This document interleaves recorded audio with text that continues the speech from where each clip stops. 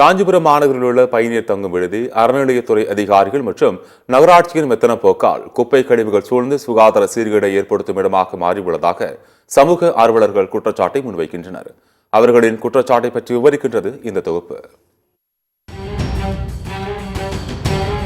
தென்னிந்தியாவின் சிறந்த ஆன்மீக நகரங்களில் ஒன்றாக திகழ்ந்து வருகிறது தமிழ்நாட்டில் உள்ள காஞ்சிபுரம். சங்க காலத்தில் நகரேஷு காஞ்சி என்று குறிப்பிடப்பட்ட காஞ்சிபுரத்திற்கு வெளிமாநிலங்கள் மற்றும் வெளிநாடுகளிலிருந்து ஏராளமான ஆன்மீக சுற்றுலா பயணிகள் தினந்தோறும் வந்து செல்கின்றனர். குறிப்பாக சீசன் சமயத்தில் காஞ்சிபுரம் நகரம் எப்போதும் வெளியூர் பயணிகளால் நிறைந்து பரபரப்பாக காணப்படும். இவ்வாறு வரும் ஆன்மீக சுற்றுலா பயணிகளின் வசதிக்காக சுற்றுலாத்துறை ஆசிய வளர்ச்சி வங்கி நிதி உதவியுடன் சுமார் 24.64 கோடி ரூபாய் மதிப்பீட்டில் ஏகாம்பரநாதர் கோவிலுக்கு சொந்தமான இடத்தில் உள்ள 4050 சதுர மீட்டர் பரப்பளவில் ஒரே நேரத்தில் 50க்கும் மேற்பட்ட வாகனங்கள் நிறுத்தக்கூடிய அளவில் பெரிய இடவசதியுடன் பார்க்கிங் மற்றும் கழிப்பிடமுடன் கூடிய யாத்ரி நிவாஸ் என்ற பயணியர் தங்கும் விடுதி கட்டப்பட்டது. இந்நிலையில் தற்போது இந்த பயணியர் தங்கும் விடுதி பராமரிப்பு பணிகள் இந்து சமய அறநிலையத்துறை அதிகாரிகள் மற்றும் நகராட்சி நிர்வாகம் மெத்தனமாக செயல்பட்டு வருவதாகவும் இதன் விளைவாக தற்போது இந்த பகுதி குப்பை கிடங்காக மாறியுள்ளதாக குற்றம் சாட்டுகின்றனர் சமூக ஆர்வலர்கள்.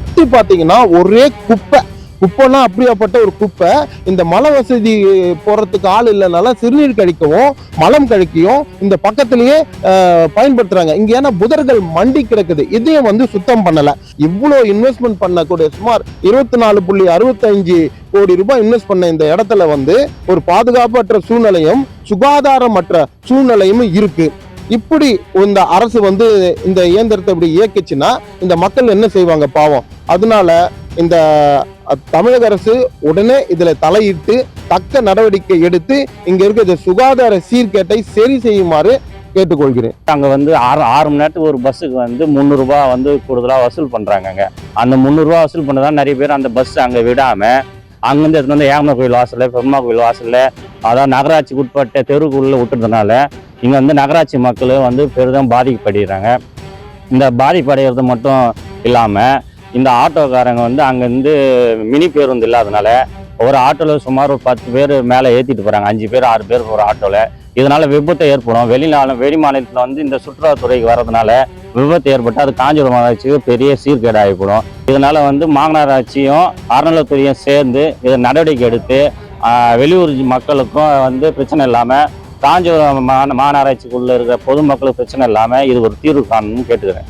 இது குறித்து ஏகாம்பரநாதர் கோவில் செயல் அலுவலர் முத்துலட்சுமியிடம் எமது செய்தியாளர் கேள்வி எழுப்பிய போது அதிகப்படியான குப்பைகள் உடனே எடுக்கப்படல அப்படின்னு சொல்லி ஒரு குற்றச்சாட்டு வைக்கிறாங்க. நாங்க முனிசிபாலிட்டிலேயே கொஞ்சம் எடுக்க சொல்றோம், அவங்க எடுக்க மாட்டேங்கிறாங்க. இவங்க ஓரமா அப்படியே பெருக்கி வைக்கிறாங்க. அது அப்படியே காத்துல பறந்து வந்துருது. நிறைய குப்பைகள் அப்படியே இருக்கு. நான் பாக்குறேன் சார், பார்த்து நாளைக்கு எடுக்க சொல்லுவேன். எனவே ஆன்மீக சுற்றுலா வரும் பயணிகளின் அடிப்படை தேவையான குடிநீர் வழங்கவும், கழிவறைகளை அதிகப்படுத்தவும், பார்க்கிங் வளாகத்தில் குப்பை தொட்டிகள் வைத்து அது குறித்த விழிப்புணர்வை அவர்களுக்கு ஏற்படுத்தவும், சேருகின்ற கழிவுகளை உடனுக்குடன் அகற்றுவதற்கான நடவடிக்கைகளை நகராட்சி மற்றும் ஏகாம்பரநாதர் கோவில் அறங்காவல் குழு நிர்வாகம் மேற்கொள்ள வேண்டும் என கோரிக்கை விடுத்துள்ளனர் சமூக ஆர்வலர்கள். சத்தியம் தொலைக்காட்சியின் செய்திகளுக்காக காஞ்சிபுரம் மாவட்ட செய்தியாளர் மனோகரனுடன் சத்தியம் தொலைக்காட்சியின் செய்திக்குழு.